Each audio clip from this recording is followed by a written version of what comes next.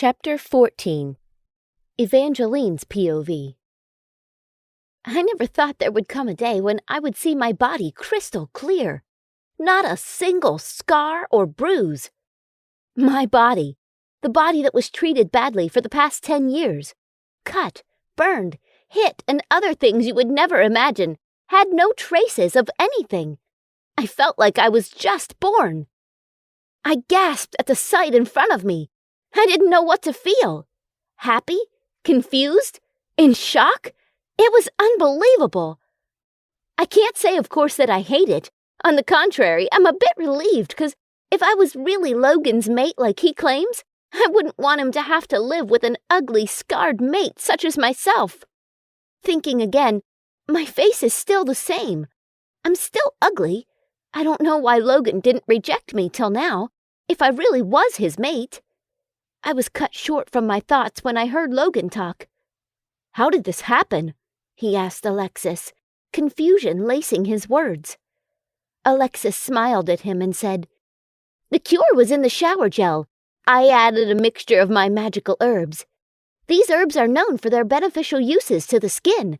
I added a few things, though," she said, furrowing her eyebrows at the last part before continuing. "Anyways, after finishing the mixture, I tested for its efficiency and safety, then gave it to you to add it to her water," she finished, her face breaking into a grin, obviously proud of herself that her potion worked. "Eva, baby, how are you feeling?" I heard Logan ask from beside me. I turned to look at him, his beautiful gray eyes holding so much love and care again, something I never experienced before. Part of me thought that if Logan was my mate, he was supposed to love me for who I am and not for how I looked. But the other part didn't want to place such thing over his shoulder. I nodded my head his way, then averted my gaze back at my body. Another wave of embarrassment filled my body when my attention was caught again that I was practically naked in front of Logan. I reached for the comforter to try and cover myself up. Logan must have noticed my discomfort, as he helped me pull the comforter and cover my whole body, keeping only my head displayed. My face was probably a dark shade of red by now. I didn't dare look at him from the embarrassment.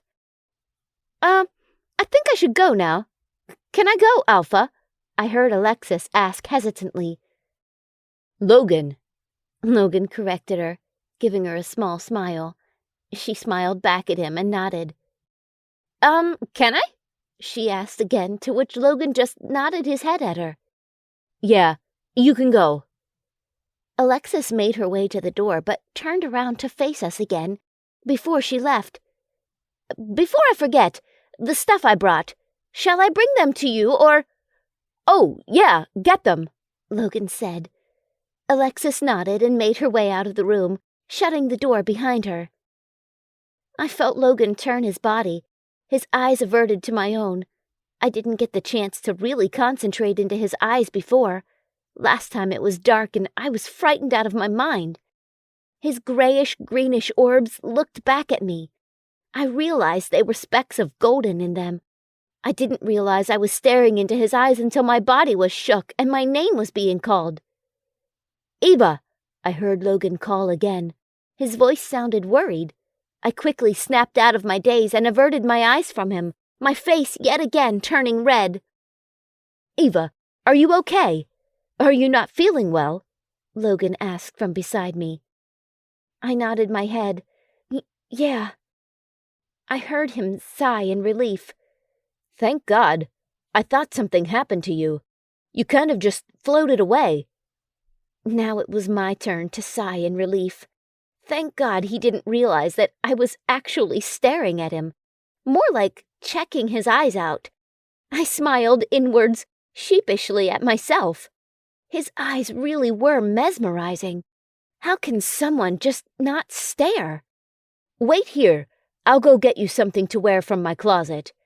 His voice snapped me out of my thoughts and my gaze was averted back to his. A smile displayed across his face. He got up and made his way to the third door, which I correctly assumed that it was a walk-in closet. He disappeared for a couple of minutes before he came back with what looked like a pair of sweatpants and a jumper.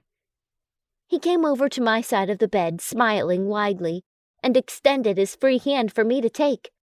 I slowly placed my hand in his, which made him smile even wider, if that was possible.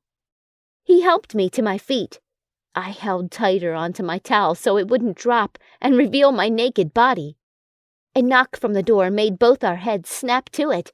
Uncontrollably, my body tensed, causing Logan to embrace me tightly and run his fingers through my hair soothingly. I, on the other hand, relaxed my body and stuffed my face into his shirt, my hands clutching onto it. "Come in," I heard Logan say. My back was towards the door, so I didn't see who came in. "Logan, these are the things I bought. I'll just place them here," I heard a familiar voice say. "Okay, Alexis, thank you," Logan replied, confirming my doubts about who it was. I heard the door shut. Logan pulled away slightly, probably to look at me. He flashed me one of his smiles. "I'll go get them," he said, and pulled away completely, making his way to the shopping bags Alexis just brought. In a matter of seconds, he was in front of me again, the bags in his hands. We made our way to the bathroom. Logan left, closing the door behind him. I quickly locked the door after him. I checked the shopping bags and found that they all contained lingerie. A lot of it, I might say. Taking my time to choose which one I would wear, since there were a lot to choose from, I finally chose a simple one, with matching underwear, tossing aside the lacy and inappropriate ones. I then put on the clothes Logan gave me and looked at myself in the mirror.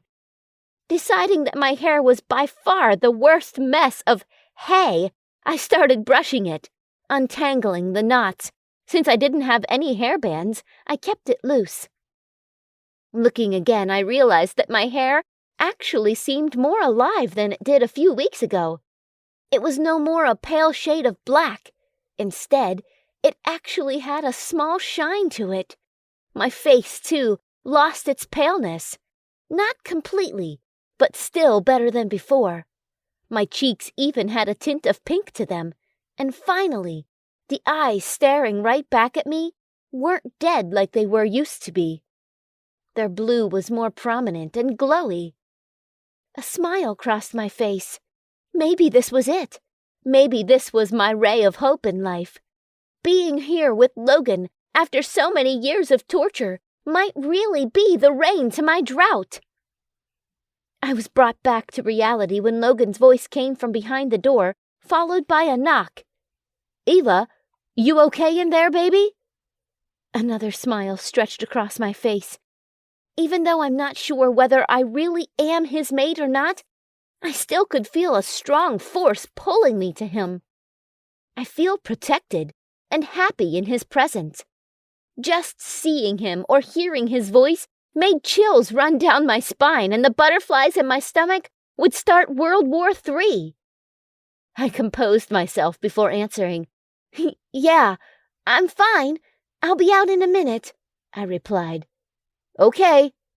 I did one last double take at myself in the mirror, took a deep breath, and headed for the door.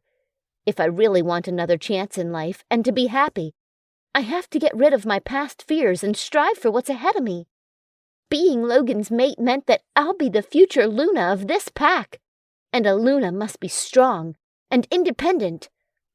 I'll have a whole pack to look after. I opened the bathroom door to reveal Logan standing next to it, with all his glory. His arms were crossed against his chest, making his muscles even more prominent. His head snapped towards me, a smile filling his face. I couldn't help but give a small smile back. He took my hand and went to the bed where he helped me to go on before covering me with the comforter once again.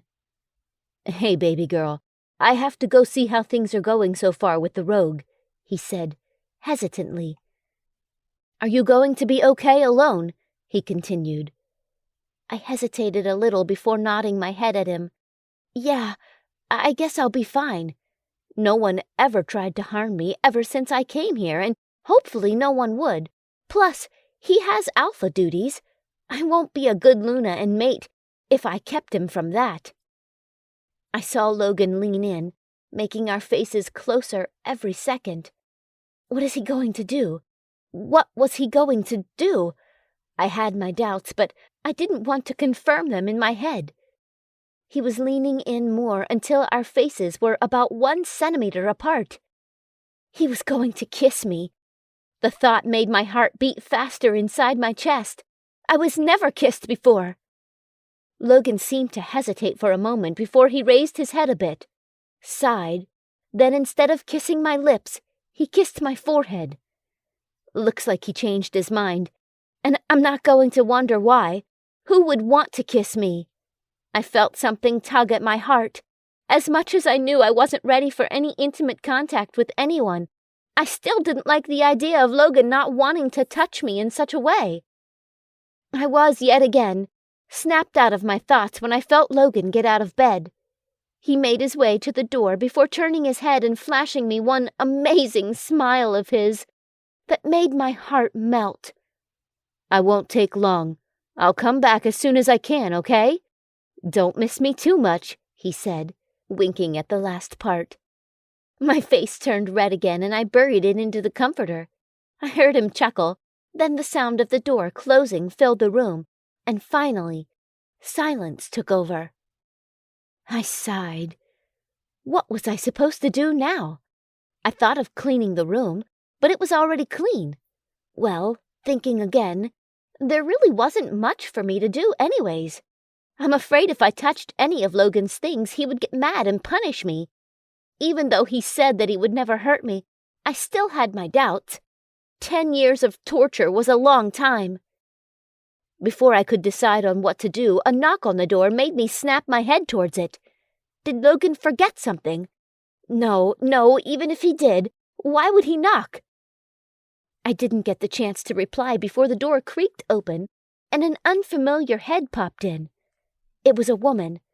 When our gazes met, she smiled sweetly at me, like a mother smiling at her daughter. Even though I never experienced such a thing, I still saw how the mothers in my old pack looked down at their children, and I couldn't help but long for it.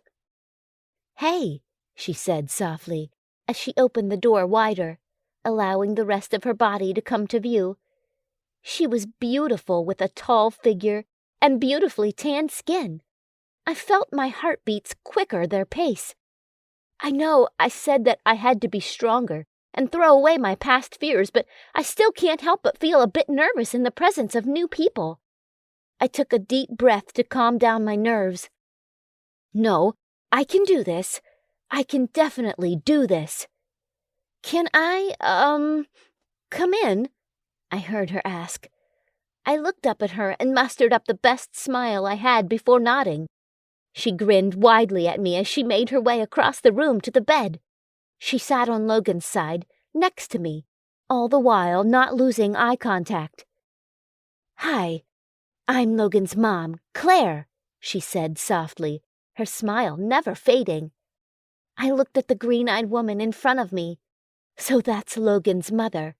Noticing the resemblance, I saw that both of them had the same shade of brown hair.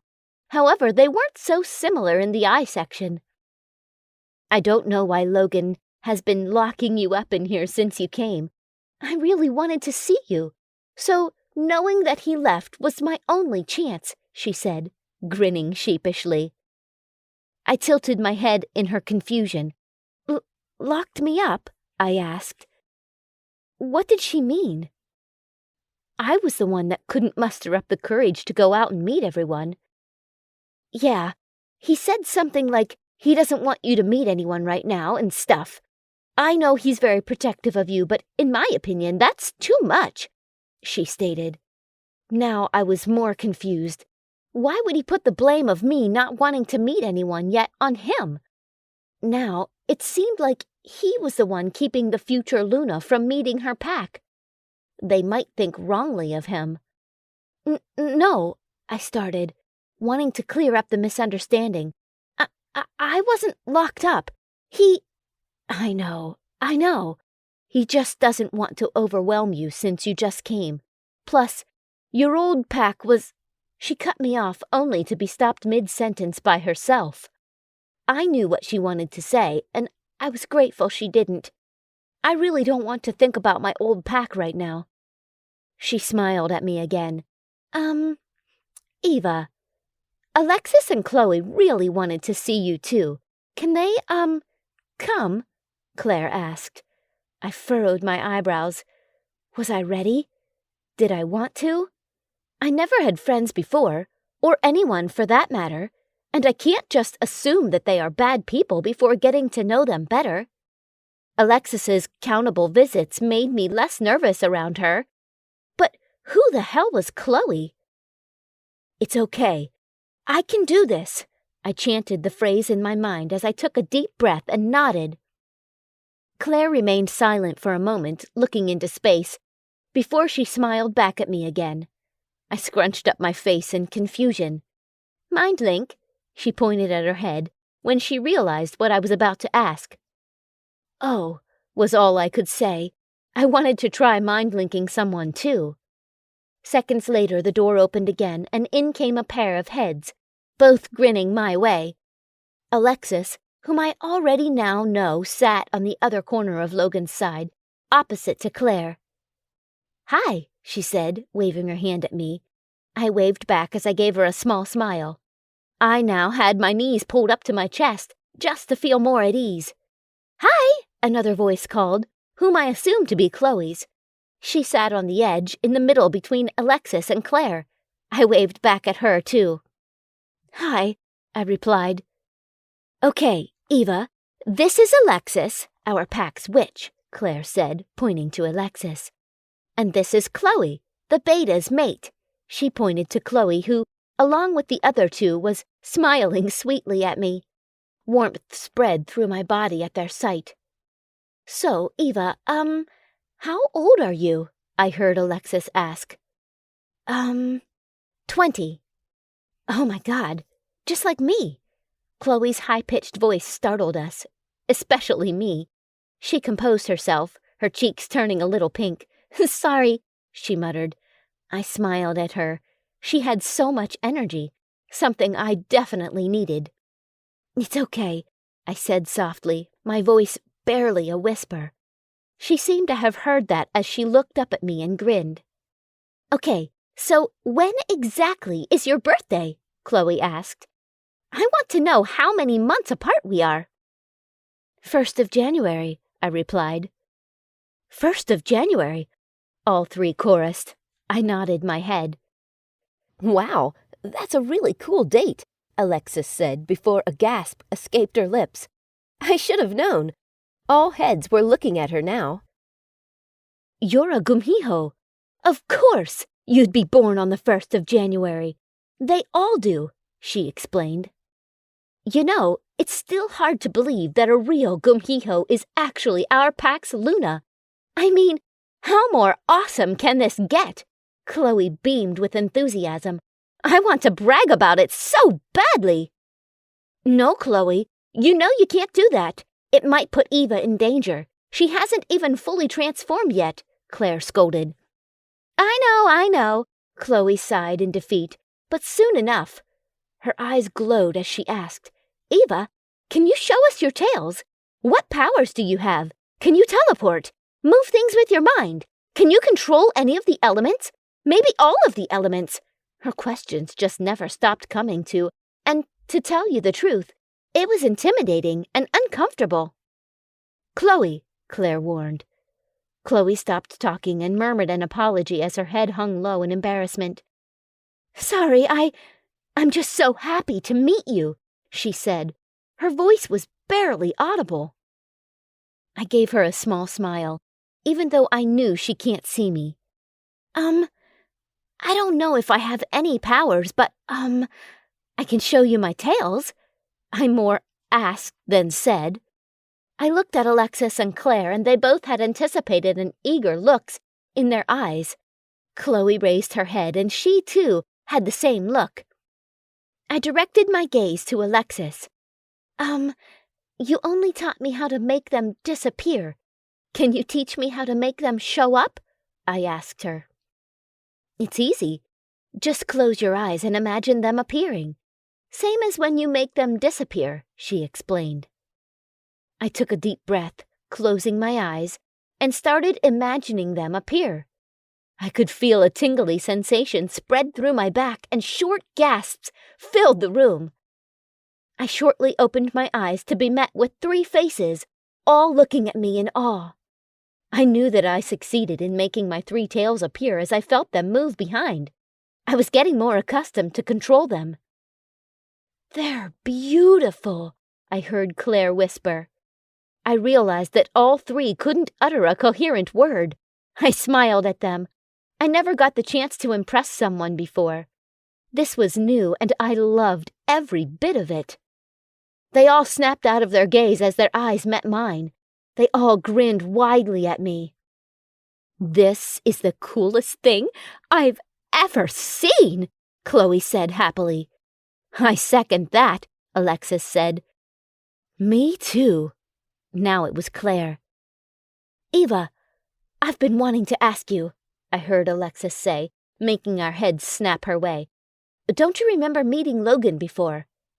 I furrowed my eyebrows at her. So Logan didn't lie. We really did meet before. They must have realized my confusion. "It's okay if you don't remember, sweetie. I'm sure you will someday," Claire said soothingly. I kind of felt guilty. I didn't like that I couldn't remember my meeting with Logan while everyone else did. Can you, tell me about it?" I directed my question to Claire, knowing that she knew better than the rest of them. I didn't get to hear her reply before sudden pain coursed in my body, making it arch painfully, and a high-pitched scream filled the room. Knowing too well that